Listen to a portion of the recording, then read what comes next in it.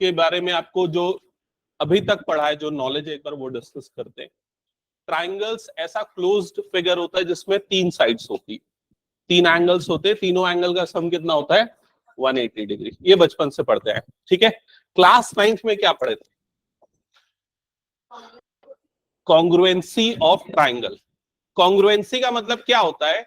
अगर कोई दो triangle as it is match करते हैं एक दूसरे से, शेप में भी साइज में भी, तो ऐसे दो ट्राइंगल को बोला जाता है कॉन्ग्रुएंट ट्राइंगल। याद आया? ये कॉन्ग्रुएंसी का सिंबल याद होगा, ये इक्वल्स टू बनाते थे और ऊपर में ऐसा कुछ सिंबल बनाते थे, तो ये कॉन्ग्रुएंसी का सिंबल होता था। क्लियर? और अगर कभी ये लिखा है कि triangle A B C is congruent to triangle P Q R, तो इसका मतलब क्या क्या होता था? इसका मतलब होता था कि एंगल बी ए जो है वो किसके बराबर है? एंगल पी के। एंगल बी किसके बराबर है? और एंगल सी किसके बराबर होगा? एंगल आर के। क्या ये क्लियर? ये तीनों करस्पॉन्डिंग एंगल्स आपस में क्या होते थे? इक्वल। और करस्पॉन्डिंग साइड्स भी आपस में इक्वल होती थी। तो करस्पॉन्डिंग साइड्स कौन कौन सी बनेगी बताओ? सबसे पहले A B is equal to क्या हो जाएगा? P Q. क्या A B is equal to Q R लिखना सही होगा क्या? नहीं। इसका मतलब ये जो पहला वर्टेक्स लिखा है और इसका जो पहला वर्टेक्स लिखा है, ये दोनों करस्पॉन्डिंग वर्टेक्स हैं। समझ में आ गया ये? Similarly B C is equal to क्या हो जाएगा? Q R. और एसी इज इक्वल टू क्या हो जाएगा? P R. ठीक है। तो अगर कोई दो ट्राइंगल कॉन्ग्रुएंट होते थे तो हम ये कंक्लूड कर सकते हैं, और इसके लिए हम एक रीजन लिखते थे, एक स्टेटमेंट लिखते थे। किसी को याद है? सीपीसीटी। सीपीसीटी मतलब corresponding parts of congruent triangles. याद आया सबको ये? ठीक है। अब 10th के ट्राइंगल्स में क्या डिफरेंट है? तो यहां पर जो कॉन्ग्रुएंसी हुआ करती थी उसकी जगह यहां पर एक दूसरी चीज आएगी जिसको बोलते हैं सिमिलैरिटी। तो मैं दोनों को एग्जांपल से बताता हूं। जैसे मान लो मैंने यहां 3 ट्राइंगल्स बना दिए, ये मेरे पास 3 ट्राइंगल्स हैं इस तरीके से। एक ट्राइंगल है एबीसी, दूसरा ट्राइंगल है पी क्यू आर, और तीसरा ट्राइंगल है एक्स वाई जेड। अब सबसे पहले अगर मैं पूछता हूं इन तीनों में सिमिलैरिटी क्या है, तो तीनों क्या है? एक जैसे दिख रहे हैं, तो हम बोलेंगे कि ये तीनों ट्राइंगल क्या है? सिमिलर। क्लियर? लेकिन कॉन्ग्रुएंसी किसमें है? मतलब कौन से दो ट्राइंगल कॉन्ग्रुएंट है? तो फर्स्ट वाला और सेकंड वाला ट्राइंगल क्या कहलाएगा? कॉन्ग्रुएंट। मतलब अगर शेप एक जैसा दिख रहा है तो सिमिलर कहलाते हैं, शेप और साइज दोनों सेम है तो कॉन्ग्रुएंट कहलाते हैं। समझ में आ गया सबको ये चीज? ओके। तो अभी यहां पर हम कुछ शेप्स डिस्कस करेंगे। जैसे कि सामने आपको दिख रहा है ये एक सर्कल, ये दूसरा सर्कल, और ये बहुत सारे सर्कल्स। क्या सर्कल्स सिमिलर होते हैं? और होते हैं तो कौन सी कंडीशन में? रेडियस सेम होना चाहिए। अगर कोई दो सर्कल का रेडियस सेम है तो वो सर्कल का साइज सेम होगा, तो वो सर्कल क्या कहलाएंगे? कॉन्ग्रुएंट कहलाएंगे। मतलब शेप और साइज दोनों एक जैसा हो गया तो क्या हो जाएगा? कॉन्ग्रुएंट। लेकिन अगर रेडियस अलग अलग है तो दिखेंगे तो एक जैसे, भले साइज उसका अलग अलग है। तो इसका कंक्लूजन ये है कि सारे सर्कल एक दूसरे के सिमिलर होते हैं, चाहे उसका रेडियस बराबर हो या फिर ना हो। समझ में आ गया? तो अगर कभी ऐसा क्वेश्चन आ जाता है ना, all circles are similar, true false type के क्वेश्चन में, तो आपका आंसर होगा yes it is true. Clear ये चीज? सेकंड, आपको शेप दिख रहा है, ये वाला शेप चेक करो। ये किसका शेप है? ये स्क्वायर का। ये पहला स्क्वायर, दूसरा स्क्वायर और बहुत सारे स्क्वायर्स। क्या सारे स्क्वायर एक जैसे दिखते हैं? दिखते हैं कि नहीं दिखते हैं? बताओ। एक जैसे दिखते हैं ना, बस साइज बड़ा और छोटा हो जाता है। तो all squares are similar. Clear हो गया ये चीज? नेक्स्ट, ये किनका शेप है बताओ? ट्राइंगल्स। और ये सारे ट्राइंगल कौन से टाइप के ट्राइंगल है ये भी बताओ? इक्विलेटरल। सारे साइड सेम दिख रहे हैं ना, तो सारे इक्विलेटरल ट्राइंगल एक जैसे दिखते हैं, तो सारे इक्विलेटरल ट्राइंगल क्या हो जाएंगे? सिमिलर। क्लियर ये चीज? ये दोनों सिमिलर है कि नहीं बताओ? ये दोनों सिमिलर है क्या? यस, ये सिमिलर तो है, विजुअल एस्पेक्ट से दिख रहा होगा सिमिलर है। लेकिन ये दोनों क्या है एक्चुअल में? ट्रेपेजियम। क्या सारे ट्रेपेजियम सिमिलर होते हैं? नहीं। क्योंकि अगर मैं कुछ ट्रेपेजियम ऐसा बनाता हूं, ठीक है, कोई सा ट्रेपेजियम ऐसा बना देता हूं, ठीक है, तो ये दोनों भी ट्रेपेजियम है लेकिन दोनों एक जैसे नहीं दिख रहे, तो दोनों सिमिलर नहीं है। तो इससे हमने क्या कंक्लूजन निकाला? All circles are similar to each other, all squares are similar to each other and all equilateral triangles are similar to each other. तो सबसे पहले ये 3 स्टेटमेंट नोट डाउन कर लो। ऑल सिमिलैरिटी मतलब एक जैसा दिखना, अपीयरेंस के बेसिस पे, उसके शेप के बेसिस पे। जैसे कई बार हमने देखा है कि जो बच्चे की शक्ल है वो पापा से मैच करती है, तो बेटा और पापा एक जैसे दिखते हैं, एक का साइज छोटा होता है, एक का साइज बड़ा होता है, ये डिफरेंस होता है, ठीक है। लेकिन अगर कोई दो जुड़वा बच्चे हैं तो दोनों का शेप और साइज दोनों मैच करता है, ट्विंस जिसको बोलते हैं, तो वो कॉन्ग्रुएंसी का एग्जांपल है और ये सिमिलैरिटी का एग्जांपल है ना। तो सबसे पहले लिखोगे all circles are similar to each other, second all squares are similar to each other, third है all equilateral triangles are similar to each other.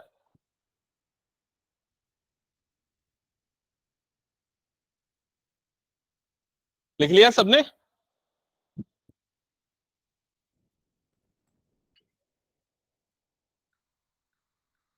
अब ये सिंबल्स ध्यान में रखना, ये किसका सिंबल है?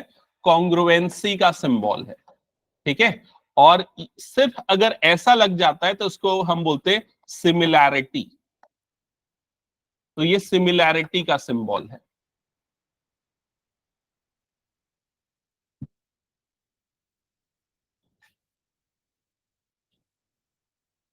मतलब अगर ये दोनों क्वाड्रिलेटरल एक दूसरे के सिमिलर हैं तो हम लिखेंगे quadrilateral A B C D similar to quadrilateral P Q R S.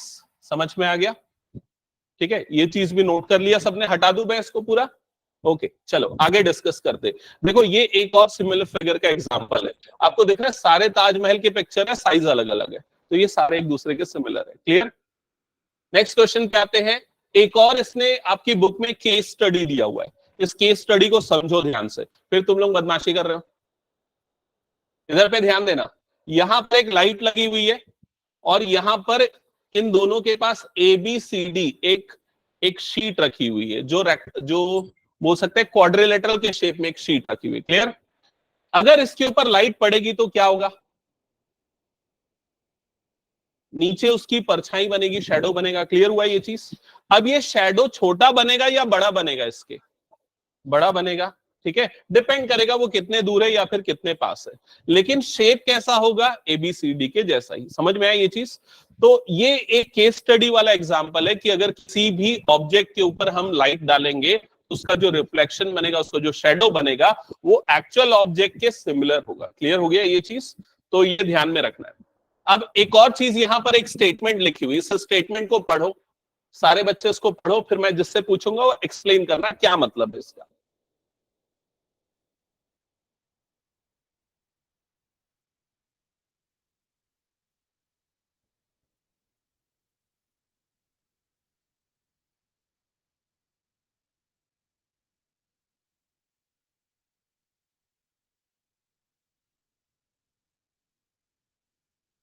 पढ़ लिया सबने? हाँ, तो क्या कंक्लूजन निकला इसका? कौन एक्सप्लेन करेगा? हाँ, एक्सप्लेन करो। कोई भी दो पॉलीगॉन जिनके नंबर ऑफ साइड अगर सेम है तो वो सिमिलर होंगे, दो कंडीशन सेटिस्फाई करेगी तब। फर्स्ट कंडीशन क्या है? The corresponding angles are equal, उन दोनों के करस्पॉन्डिंग एंगल आपस में क्या होने चाहिए? इक्वल। जैसे यहां पर ए एंगल ए एक एंगल बनेगा और यहां कौन सा बनेगा? A dash. तो angle A is equal to angle A dash, angle B is equal to angle B dash, सारे करस्पॉन्डिंग एंगल क्या होने चाहिए? इक्वल। सेकेंड कंडीशन क्या है बताओ? There corresponding sides are in same ratio, तो उनकी करस्पॉन्डिंग साइड का रेशियो मतलब A B upon A dash B dash, फिर B C upon B dash C dash, ये जो दिख रहा है ना, ये रेशियो सेम होना चाहिए। समझ में आया? ये किसी भी दो पॉलीगॉन के सिमिलैरिटी होने की कंडीशन है। आप लोगों को याद होगा जब कॉन्ग्रुएंसी पढ़े थे तो उस समय क्या पढ़ा था आप लोगों ने? कोई भी दो ट्राइंगल के कॉन्ग्रुएंट होने के लिए 5 रूल्स हमने पढ़े थे। याद है कौन कौन से 5 रूल्स थे? SAS, ASA, AAS, RHS triple S, याद आया? तो वो 5 रूल्स जो थे उसी से मिलता जुलता ये हमारा यहाँ पर पॉलीगॉन्स की सिमिलैरिटी का रूल। पॉलीगॉन की सिमिलैरिटी के लिए 2 कंडीशन होनी चाहिए। क्लियर सबको ये चीज? तो ये स्टेटमेंट लिखो और ये चीज नोट डाउन कर लो। हाँ, ऊपर वाला स्टेटमेंट शॉर्ट में लिख लेना। 2 polygons of same number of sides are similar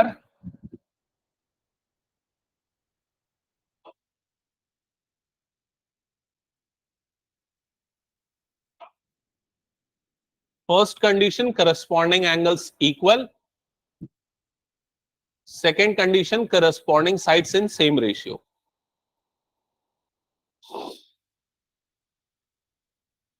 first condition corresponding angles equal होने चाहिए, second condition corresponding side same ratio में होने चाहिए।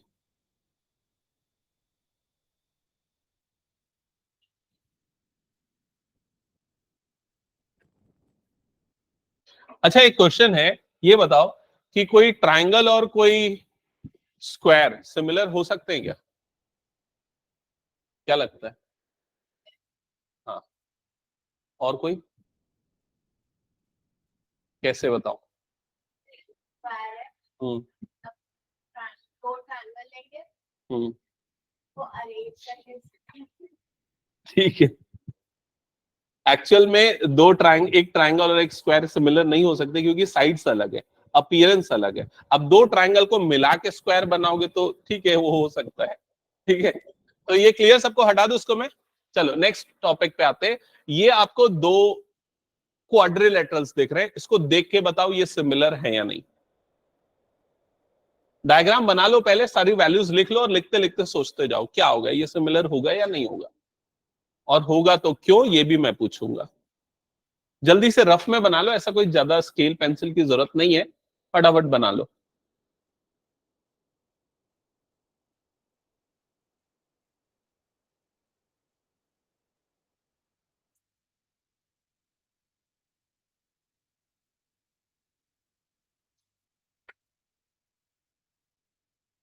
बना लिया सबने? हाँ श्रेष्ठ, बताओ सिमिलर है क्या? नहीं है? क्यों है? हाँ, तो ऐसा मैंने कहीं लिखा ही नहीं कि अगर सारे ट्रेपेजियम सिमिलर होते हैं। मैंने लिखा है क्या कहीं? ये क्या लिखा है? लिखा पेन? मैं ये लिखाया हूं कि statement all trapezium are similar to each other? मैं लिखाया हूं कि ये स्टेटमेंट? तो कैसे लिख दिया ये स्टेटमेंट? हाँ, और पहली चीज तो ये ट्रेपेजियम है भी नहीं। ठीक है, हाँ, तो ये सिमिलर है कि नहीं बताओ जल्दी। है तो मुझे रीजन भी चाहिए क्यों सिमिलर है। Corresponding angles are equal and corresponding sides are in same ratio. 2 condition जो अभी जस्ट हमने देखी, सारे एंगल इक्वल होने चाहिए। चेक करो, देखो ये 85 डिग्री बन रहा है, ये भी 85 डिग्री बन रहा है, ये 105 है, ये भी 105 है, ये 100 है और ये भी 100 है, ये 70 और ये भी 70। समझ में आया ये चीज? तो सारे angle equal, first condition. Second condition क्या बोलती है? साइड्स का रेशियो सेम होना चाहिए। तो जैसे यहां पर मैं ये वाली साइड ले रहा हूं एडी, और यहां पर वाली साइड कौन सी है? पीएस। तो एडी अपॉन पीएस का रेशियो कितना आएगा चेक करो। Yes, 2.1 divided by 4.2, so the ratio will be 1/2। Okay, similarly next ratio कौन सा हो जाएगा? A B upon P Q. ये कितना आ जाएगा? 1.5 डिवाइडेड बाय 3.0। 1.5 का डबल होता है ना 3.0, तो कटेगा तो 2 टाइम्स में, तो रेशियो कितना आ जाएगा? 1/2। सिमिलर वे में बीसी अपॉन क्यूआर का रेशियो भी कितना आ जाएगा? 1/2। और सीडी अपॉन एसआर का रेशियो भी कितना आ जाएगा? 1/2। क्लियर हो गया सबको ये चीज? दोनों कंडीशन ट्रू होनी चाहिए तभी फिगर्स जो है वो सिमिलर होते हैं। हटा दो उसको, फिर मैं नेक्स्ट क्वेश्चन पे आते हैं। चेक करो और बताओ क्या ये दोनों सिमिलर हैं या फिर नहीं।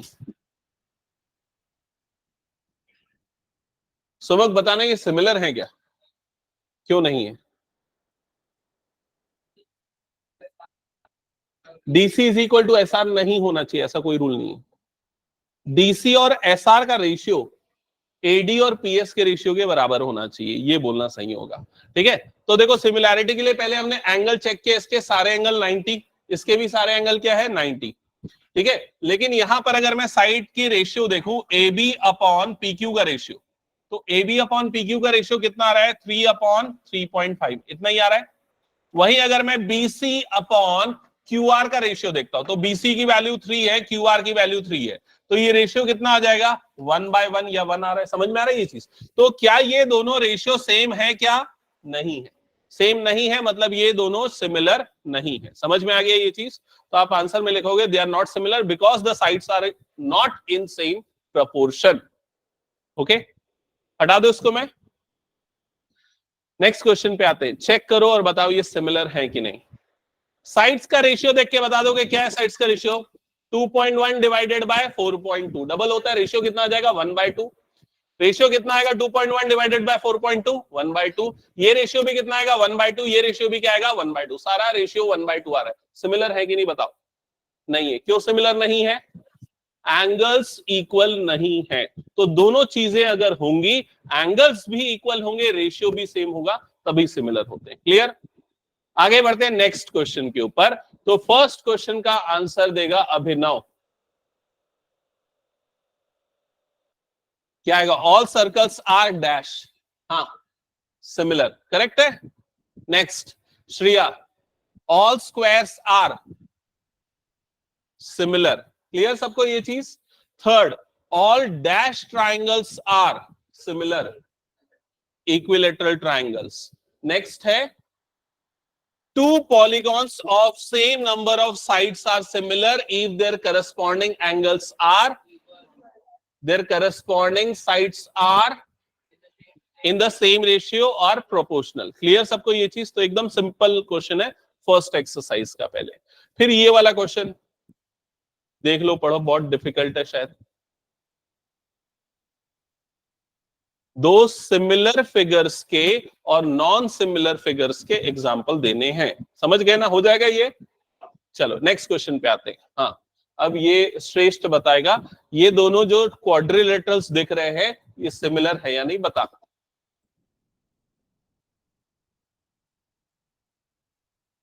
क्यों नहीं है?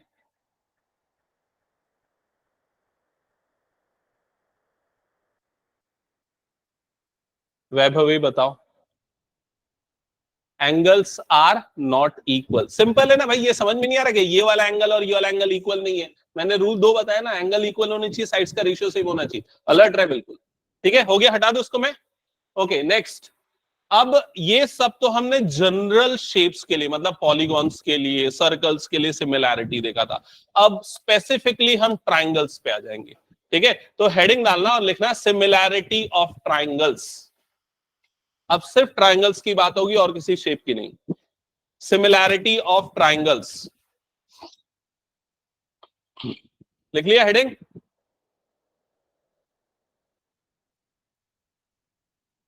ओके। अब इसके बाद लिखा है two triangles are similar if, two triangles are similar if. तो पॉलीगॉन की सिमिलैरिटी के लिए दो कंडीशन थी, आपको याद होगा। पहली, सारे एंगल्स इक्वल, दूसरी, सारे साइड सेम प्रोपोर्शन में। ट्राइंगल की सिमिलैरिटी के लिए क्या कंडीशन है? Corresponding angle equal, corresponding side इन सेम रेशियो, वही कंडीशन है। क्लियर हो गया ये चीज? तो लिख लो शॉर्ट में, करस्पॉन्डिंग एंगल इक्वल होने चाहिए, करस्पॉन्डिंग साइड सेम रेशियो में होने चाहिए। क्या डाउट है? कुछ डाउट है देवेश? लिख लिया सबने? करस्पॉन्डिंग एंगल्स इक्वल होने चाहिए, first condition. Second condition, corresponding sides same ratio में होने चाहिए। हटा दो इसको फिर मैं। ओके, अब एक काम करते हैं, इसका एक एग्जाम्पल हम बनाते हैं, फिर उसके बाद हम इस चीज को कंक्लूड करेंगे और फिर हम नेक्स्ट टॉपिक स्टार्ट करेंगे इसी चैप्टर में। तो मैं यहां पर दो ट्राइंगल्स बना रहा हूं। एक ट्राइंगल का नाम लेते हैं ए बी सी और दूसरे ट्राइंगल का नाम लेते हैं P Q are. P Q are, ठीक है। अगर मान लो ये वाला एंगल और ये वाला एंगल आपस में इक्वल है, मतलब angle A is equals to angle P, ये एंगल और ये एंगल आपस में इक्वल है, मतलब angle B is equals to angle Q, और थर्ड वाला ये एंगल और ये एंगल आपस में इक्वल है, मतलब क्या लिखेंगे, angle C is equals to angle R, and कौन सी साइड्स का रेशियो इक्वल है, होना चाहिए, कौन सी साइड्स का रेशियो इक्वल होना चाहिए, AB अपॉन PQ, किसके इक्वल होना चाहिए, BC अपॉन QR, और ये किसके इक्वल होना चाहिए, PR। अगर ऐसा है तो हम क्या बोलेंगे कि ये दोनों triangles, triangle ABC is similar to triangle PQR। समझ में आ गया? इस चीज को नोट डाउन कर लो ताकि आपको रिप्रेजेंटेशन समझ में आ जाए। अगर सेम एंगल है तो उनको सेम टाइप के नोटेशन से रिप्रेजेंट करेंगे, जैसे ये दिख रहा होगा 2 लाइन 3 लाइन, तो अलग अलग सेम टाइप के एंगल्स। फिर ये और सिमिलैरिटी के लिए हम ये यूज करेंगे। ओके,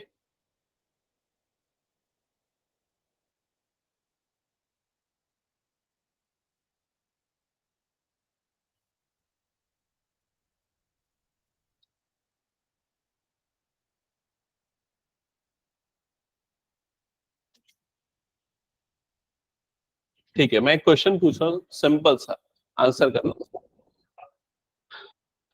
मान लो अगर आपको ये दिया है कि एबीसी वाला ट्राइंगल सिमिलर है पीक्यूआर वाले ट्राइंगल से, और आपको एबीसी वाले ट्राइंगल में ये दो एंगल पता है, पीक्यूआर वाले ट्राइंगल में अगर आपको बोलता है कि एंगल आर की वैल्यू निकालो, तो बताओ क्या आएगी एंगल आर की वैल्यू, कैसे निकलेगा, एंगल सम प्रॉपर्टी से एंगल सी निकाल लोगे, और एंगल सी किसके इक्वल होगा, एंगल आर के, तो वो डायरेक्टली निकल जाएगा। समझ में आया ना? ऐसे डायरेक्ट क्वेश्चन 1 मार्क के लिए आते हैं इस चैप्टर से। हटा दो उसको, हो गया तो फिर मैं, चलो अब आते हैं सबसे इंपॉर्टेंट टॉपिक पे इस चैप्टर के, और इसका नाम है बीपीटी। एमपीटी सुना है कि नहीं? एमपीटी क्लास 9th में होता था, मिड पॉइंट थ्योरम। ठीक है, ये उसका बड़ा भाई है बीपीटी, इसका नाम है बेसिक प्रोपोर्शनैलिटी थ्योरम। ठीक है, लिख लो, हेडिंग डालो, BPT basic proportionality theorem.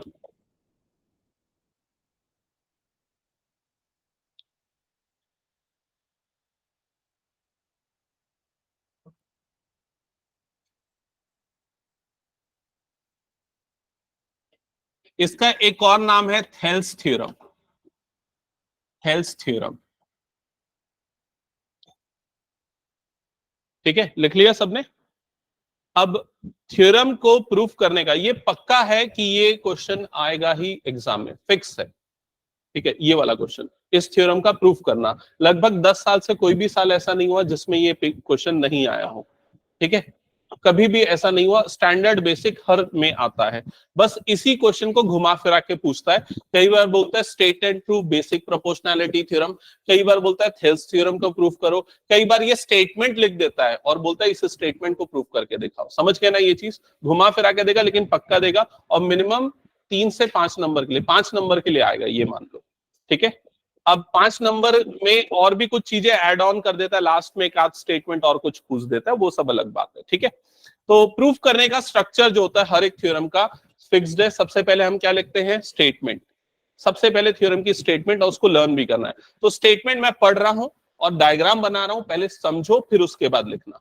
Statement में लिखा है, if a line is drawn parallel to one side of a triangle to intersect other two sides in distinct point, then the other two sides are divided in same ratio। क्या बताना चाह रहा है, मान लो अगर हमारे पास एक ट्राइंगल है, कुछ इस तरह से एक ट्राइंगल है। ठीक है, इस ट्राइंगल का नाम है एबीसी। अगर इस ट्राइंगल के एक साइड के पैरेलल हम कोई एक लाइन बना दे, मान लो मैं बीसी एक साइड लिया, उसके पैरेलल मैंने यहां पर एक लाइन बना दी, तो ये जो लाइन है ये अदर टू साइड्स को, मतलब बाकी दोनों साइड को दो अलग अलग पॉइंट पे, डिस्टिंक्ट पॉइंट पे कट कर रही है। मान लो वो जहां पर कट करी है वाला पॉइंट डी है और वाला पॉइंट ई है, तो ये जो दो पॉइंट है डी और ई, ये बाकी दोनों साइड को सेम रेशियो में डिवाइड करेंगे। सेम रेशियो में डिवाइड करने से मतलब है एडी और डीबी का जो रेशियो होगा, एई और ईसी का भी वही रेशियो होगा। समझ में आया ये चीज? थ्योरम को फिर से एक बार मैं समझा रहा हूं, ध्यान से सुनना जो नहीं सुना था। अगर किसी ट्राइंगल में एक साइड के पैरेलल हम अगर एक लाइन बनाए और वो लाइन बाकी दोनों साइड को दो डिस्टिंक्ट पॉइंट पे कट करे, तो वो जो पॉइंट है बाकी दोनों साइड को सेम रेशियो में डिवाइड करते हैं। मतलब कि एडी अपॉन डीबी, एई अपॉन ईसी, ये रेशियो सेम होता है।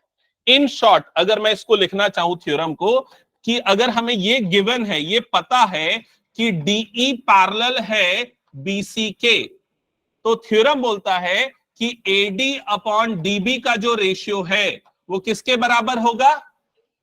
एई अपॉन ईसी के बराबर होगा। क्या ये समझ में आ गया सबको? ये कंक्लूजन है इस थ्योरम का। तो सबसे पहले आप लिखो इस थ्योरम की स्टेटमेंट, फिर बनाओ ये डायग्राम, फिर लिखो गिवन, और फिर ये वाला पार्ट जो थ्योरम का प्रूफ करना है उसको लिखो टू प्रूव।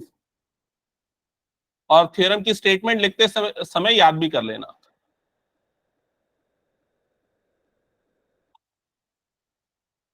आज ही पूछूंगा मैं स्टेटमेंट, तो आज ही क्या याद कर लेना क्लास के बीच में।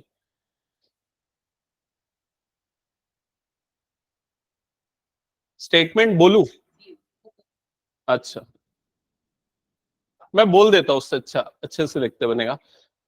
If a line is drawn parallel to one side, if a line is drawn parallel to one side of a triangle, of a triangle to intersect other two sides, to intersect other two sides in in other two sides in distinct points,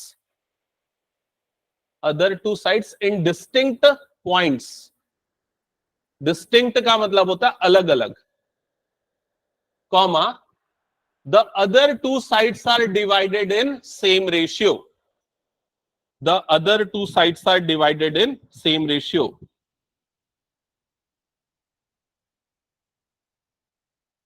हो गया ये?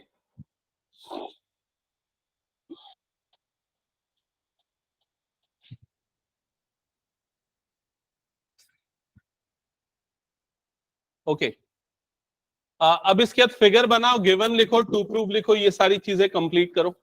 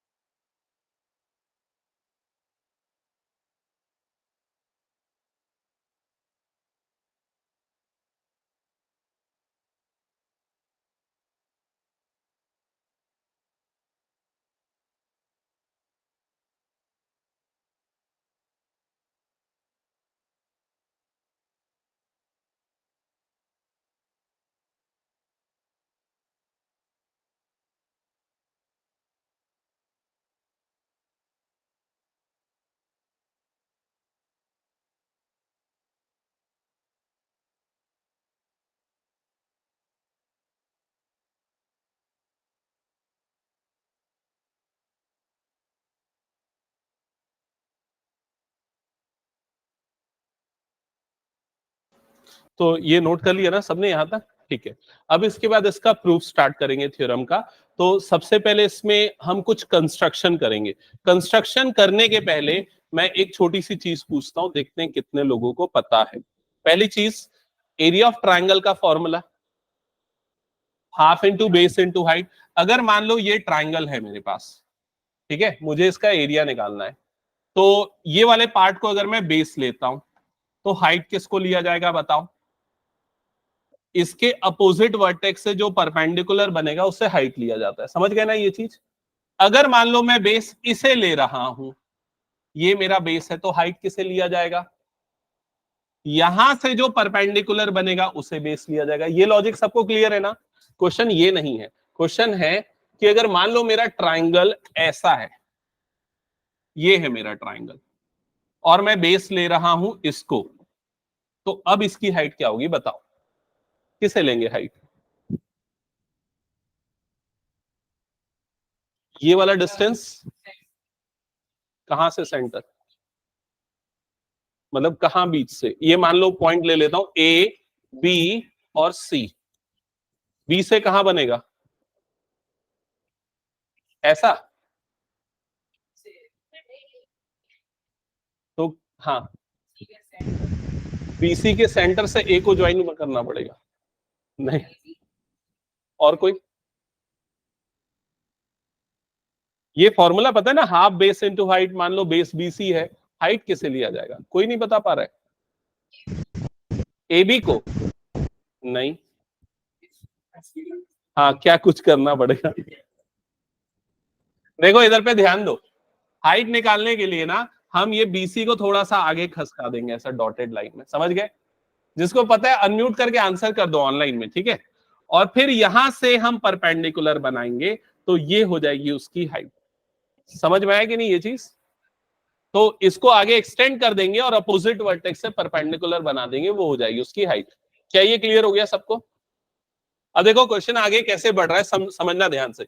अगर मान लो मैं यहां पर ई से एक परपेंडिकुलर बना दूं, मान लो इस तरीके से ई से मैंने एक परपेंडिकुलर बना दिया और उसको नाम दे दिया ई एम, है ना? ई एम मैंने एक परपेंडिकुलर बनाया, और मैंने यहां पर एक ट्राइंगल लिया, और ट्राइंगल का नाम है, मान लो ये है वो ट्राइंगल। ट्राइंगल का नाम क्या है? डीबीई। अगर मान लो मैं इस डीबीई वाले ट्राइंगल का एरिया निकालना चाहता हूं, यहां ध्यान होना चाहिए ना, डीबीई वाले ट्राइंगल का एरिया निकालना चाहता हूं, और मैं बेस ले रहा हूं डीबी को, तो हाइट किसे लूंगा? नहीं समझ में आया? ये ट्राइंगल डीबीई वाला मैंने ले लिया, अगर मैं उसका एरिया निकालना है, मैं उसके बेस को मान रहा हूं डीबी है, तो उसका हाइट क्या होगा? ई से लेके एम तक। समझ में आया कि नहीं ये चीज सबको? ठीक है, तो ये कंसेप्ट यहां पर अप्लाई होने वाला है, इसलिए मैंने पहले ही समझा दिया। तो अब कंस्ट्रक्शन जो हमको करना है उसको हम यहां पर पहले लिखेंगे, तो लिखना कंस्ट्रक्शन। कंस्ट्रक्शन, कंस्ट्रक्शन में दो पॉइंट्स लिखाएंगे। सबसे फर्स्ट कंस्ट्रक्शन का पॉइंट अभी यहां पर मैं लिखा रहा हूं। इस कंस्ट्रक्शन में हम करेंगे ई एम बनाएंगे, E M perpendicular to A B, E M perpendicular to A B, ये करेंगे जो आपको यहां पर दिख रहा है। और सेकेंड कंस्ट्रक्शन में हम करेंगे ज्वाइन ई बी, ई और बी को ज्वाइन कर देंगे, ज्वाइन ई बी। तो ये अभी फर्स्ट पार्ट है ना कंस्ट्रक्शन का, और एक होगा पार्ट, उसको बाद में मैं डिस्कस करूंगा। फर्स्ट कंस्ट्रक्शन के अंदर हमने दो चीजें की है, E M perpendicular to A B बनाए हैं और ई बी को ज्वाइन किया हुआ है। क्लियर? ओके। अब यहां पर ध्यान देना, हमको जो प्रूफ करना है वो चीज क्या थी? हमको प्रूफ करना है एडी अपॉन डीबी का रेशियो किसके इक्वल आना चाहिए? एई अपॉन ईसी के। ठीक है, इसको ध्यान में रखते हुए सारा सॉल्यूशन होगा। अब सबसे पहले आप प्रूफ में लिखना, यहां पर आ जाएगा प्रूफ, और इसमें लिखना in triangles, in triangles A D E and B D E, in triangles ADE and BDE. तो यहां दो ट्राइंगल्स हम डिस्कस कर रहे हैं। पहला ट्राइंगल है एडीई वाला ट्राइंगल, ये ट्राइंगल, और दूसरा कौन सा लिखा है, बीडीई। बीडीई मतलब ये ग्रीन वाला ट्राइंगल, ठीक है। हम दोनों ट्राइंगल का एरिया कैलकुलेट करेंगे। सबसे पहले हम निकालते हैं area of triangle ADE, area of triangle ADE, ठीक है। पूरी तरीके से यहां पर ध्यान देना, एक बार में अगर समझना है तो। किस ट्राइंगल का एरिया निकाल रहे हैं, एडीई, ये वाले ट्राइंगल का। क्लियर। एरिया ऑफ ट्राइंगल निकालने का फॉर्मूला क्या है, हाफ बेस इनटू हाइट। मैं अगर बेस एडी को लेता हूं तो हाइट क्या हो जाएगी इसकी, ईएम हो जाएगी। क्लियर ये चीज। तो एरिया ऑफ ट्राइंगल एडीई क्या बनेगा, half, half AD into EM. क्या ये क्लियर हो गया सबको, ठीक है। इसको इक्वेशन नंबर 1 दो, यहां तक क्लियर ना।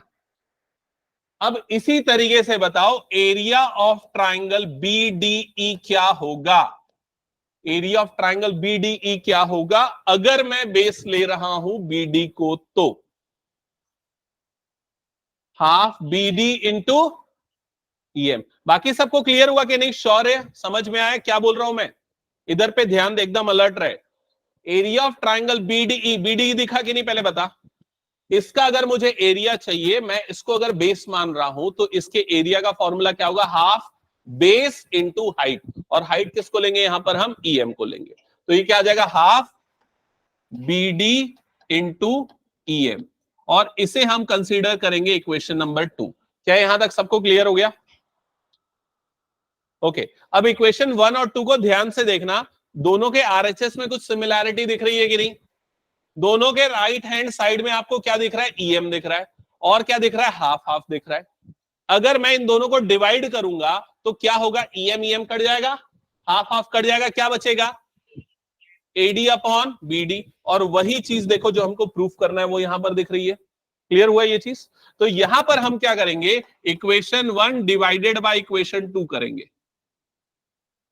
ये डिवाइड करने से लेफ्ट हैंड साइड में क्या बनेगा, area of triangle ADE divided by area of triangle BDE.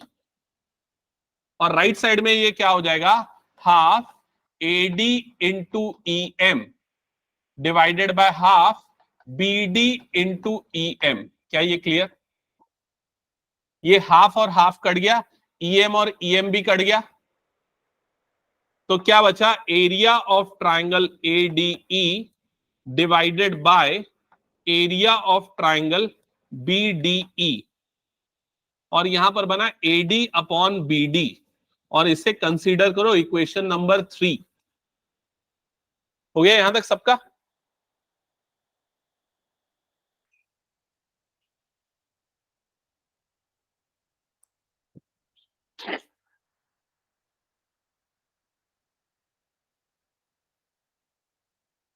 Okay.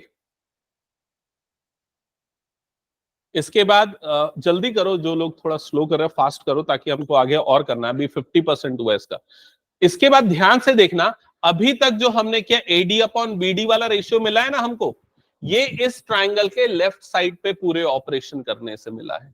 अभी राइट हैंड साइड हमको चाहिए, क्या चाहिए, एई अपॉन ईसी। तो एई और ईसी इस ट्राइंगल में कहां पर है, देखो राइट साइड में है एई और ईसी। तो ये काम जो हमने लेफ्ट के लिए किया था वही काम अब हमको राइट के लिए भी करना पड़ेगा। तो क्या करेंगे सबसे पहले बताओ, उसके लिए कंस्ट्रक्शन करेंगे। और कंस्ट्रक्शन में सबसे पहले क्या करेंगे, डी से परपेंडिकुलर बना देंगे, किसमें, एसी में। यहां ई से एबी में बना था, यहां डी से एसी में बन जाएगा, और इसको नाम दे देंगे डीएन। तो कंस्ट्रक्शन में क्या होगा, सबसे पहले डीएन परपेंडिकुलर बनेगा किसके, एसी के। क्या ये समझ में आया। फिर क्या करेंगे, हाँ डीसी को ज्वाइन कर देंगे। फिर ये वाला जो ट्राइंगल आपको दिख रहा था, ये ट्राइंगल बनाओगे। इस ट्राइंगल का नाम क्या होगा, ट्राइंगल डीईसी। तो उसके लिए हमको क्या करना पड़ेगा, डीसी को ज्वाइन करना पड़ेगा, ज्वाइन डीसी। क्या ये क्लियर हो गया सबको, ठीक है। अब इसके बाद वाला प्रोसेस जो हमने यहां पर किया था ना लेफ्ट वाले पार्ट ट्राइंगल्स के लिए, वही काम अब राइट वाले ट्राइंगल्स के लिए करना है।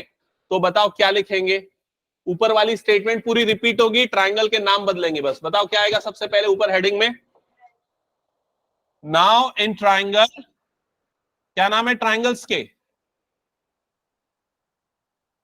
नहीं दिख रहे क्या? सबसे पहले यहां पर कौन सा लिया था, एडीई, तो यहां पर भी वही लेंगे, कौन सा लेंगे, ADE. Now in triangle ADE, और दूसरा ट्राइंगल कौन सा लेंगे, डीईसी, एंड ट्राइंगल डीईसी, ये दोनों ट्राइंगल में। अब फिर से ट्राइंगल एडीई का एरिया निकालेंगे, पहले भी निकाले थे, फिर से निकालेंगे, लेकिन पहले जब हमने निकाला था एडीई का एरिया, तब हमने बेस किसको लिया था, एडी को, लेकिन अब जब हम एरिया निकालेंगे एडीई का, तो बेस अब किसको लेंगे, एई को। समझ रहे हो? तो एरिया का फॉर्मूला क्या हो जाएगा, हाफ बेस, बेस की जगह पे आएगा एई इनटू हाइट, तो हाइट कितनी आ जाएगी इसकी, डीएन। क्या ये क्लियर हो गया सबको? और इसको कंसीडर करेंगे इक्वेशन नंबर 4।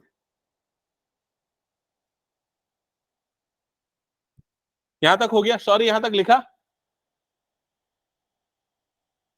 फिर उसके बाद नेक्स्ट स्टेटमेंट क्या होगा, देखो पुराने वाले स्टेटमेंट देख के समझ जाओगे। क्या करेंगे बताओ next, area of triangle DEC, तो area of triangle DEC is equals to, क्या होगा बताना, हाफ ईसी, बेस क्या हो जाएगा यहां पर, ईसी, और हाइट क्या होगी इसकी बताओ, DN, half EC into DN, और ये हो जाएगा हमारा इक्वेशन नंबर 5। क्या यहां तक क्लियर सबको? फिर क्या करेंगे बताओ नेक्स्ट स्टेप में, 4 डिवाइडेड बाय 5, तो सेम चीजें रिपीट हो रही है, देख रहे हो आप लोग, 4 डिवाइडेड बाय 5, 4 डिवाइडेड बाय 5 करने से क्या मिलेगा, ए अपॉन ईसी, करेक्ट। तो यहां पर ये हो जाएगा एरिया, लेफ्ट साइड में हो जाएगा area of triangle ADE divided by area of triangle DEC is equals to half AE into DN divided by half EC into DN. Clear? फिर उसके बाद नेक्स्ट स्टेप में ये हाफ हाफ कटेगा, DN DN cut जाएगा, और यहां पर क्या बच जाएगा, yes, area of triangle ADE divided by area of triangle DEC is equals to AE upon EC, और इसको हम कंसीडर करेंगे इक्वेशन नंबर 6। क्लियर? हाँ, यहां तक हो गया सबका। अब फिर से आते हैं, देखो हमको जो चीजें प्रूफ करनी है, यहां पर क्या प्रूफ करना है, एडी अपॉन डीबी, वो हमको कौन सी इक्वेशन में मिला, एडी अपॉन डीबी देख के बताओ।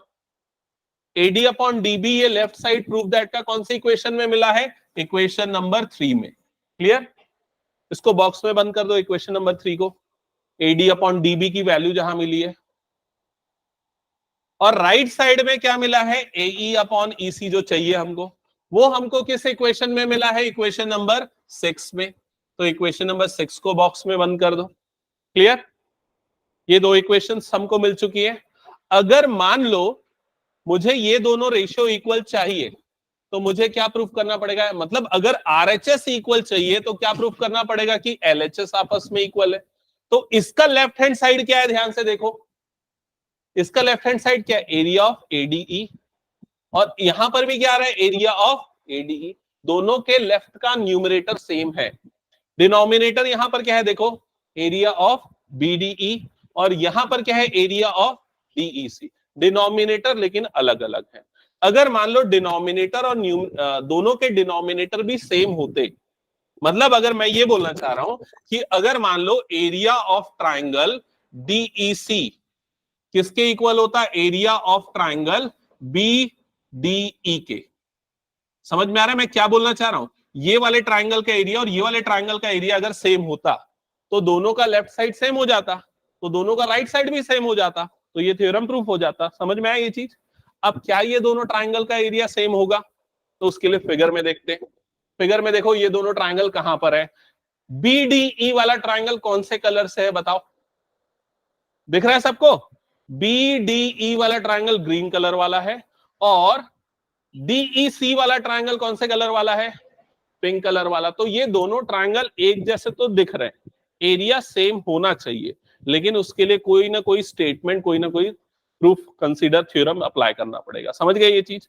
तो एक थ्योरम है जो इस चीज को जस्टिफाई करता है कि ये दोनों ट्रायंगल का एरिया सेम होगा, इक्वल होगा, और वो थ्योरम क्लास 9th में था, डिलीट हो गया था तुम लोगों के लिए, जो यहां पर यूज होता है।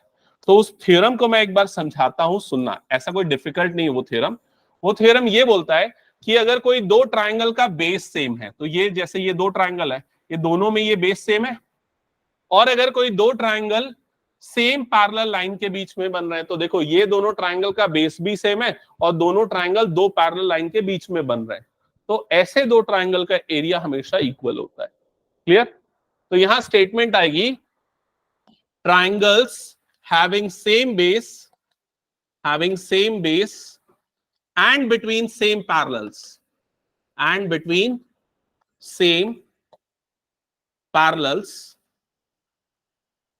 are equal in area। तो ऐसे ट्रायंगल जिनका बेस सेम होता है और सेम पैरेलल लाइन के बीच में होता है, उन ट्रायंगल्स का एरिया भी इक्वल होता है। तो इस कंक्लूजन के साथ और इक्वेशन 3 और 6 को लेके हम क्या बोल सकते हैं कि दोनों के न्यूमरेटर डिनोमिनेटर सेम थे, तो दोनों के आरएचएस भी आपस में क्या हो जाएंगे? सेम। सो लिखेंगे बाय इक्वेशन, इसको 7 लिख देना ना, by equation 3, 6 and 7, AE upon EC is equals to AD upon DB, या BD भी लिख सकते हो, BD, hence proved। समझ में आ गया ये थ्योरम?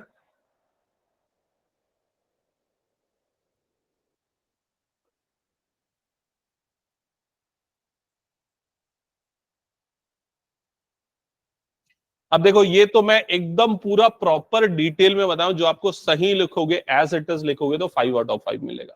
ठीक है? अब बच्चे क्या करते हैं, कुछ कुछ स्टेटमेंट खा जाते हैं, कुछ को कुछ लिख देते हैं और फिर अल्टीमेटली प्रूफ कर देते हैं, इसीलिए वो 5 में 3 नंबर मिलता है या 2 नंबर मिलता है।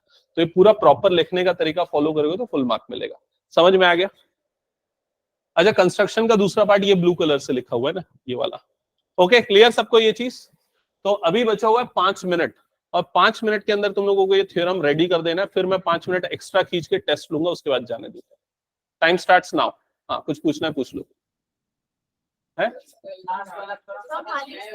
लास्ट? हाँ, मैं बता देता हूँ, जिसको जो समझ में नहीं आया एक्सप्लेन कर दे। पूरा प्रूफ करना है, क्लियर? 5 मिनट के अंदर। नहीं नहीं, अभी के अभी करना है, मैं नहीं जानता वो सब चीजें। हाँ हाँ, स्टेटमेंट भी याद करना है। 5 मिनट का टाइम लर्न करने के लिए, 5 मिनट का टाइम टेस्ट के लिए। हाँ, क्या पूछ रहा है पूछ।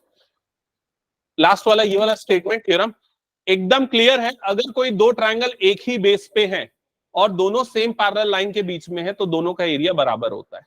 समझ गया? तो जैसे ये वाला ट्रायंगल है ग्रीन वाला और पिंक वाला ट्रायंगल, दोनों का बेस DE अगर मैं मान लू, तो दोनों का बेस सेम है और ये दोनों पैरेलल लाइन के बीच में आ रहे हैं, तो दोनों का एरिया इक्वल होगा।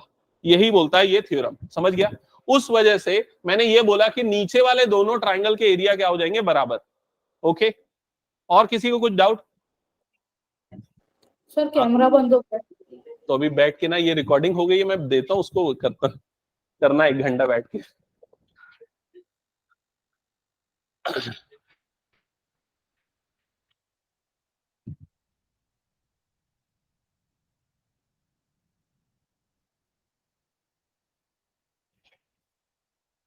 सर कैमरा बंद हो गया है। मेरी तरफ से चालू है, तेरी तरफ से बंद हो गया, क्योंकि मेरे को दिख रहा है सामने स्क्रीन अपना। ठीक है? और कोई ये भी तो है ना, शशांक है, शशांक दिख रहा है तेरे को? हाँ, दिख रहा है।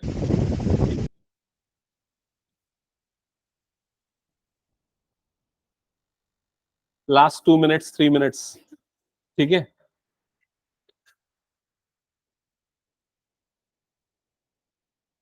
कुछ पूछना है तो पूछ लो, और जिसका नहीं बनेगा मान लो 5 मिनट के ड्यूरेशन के अंदर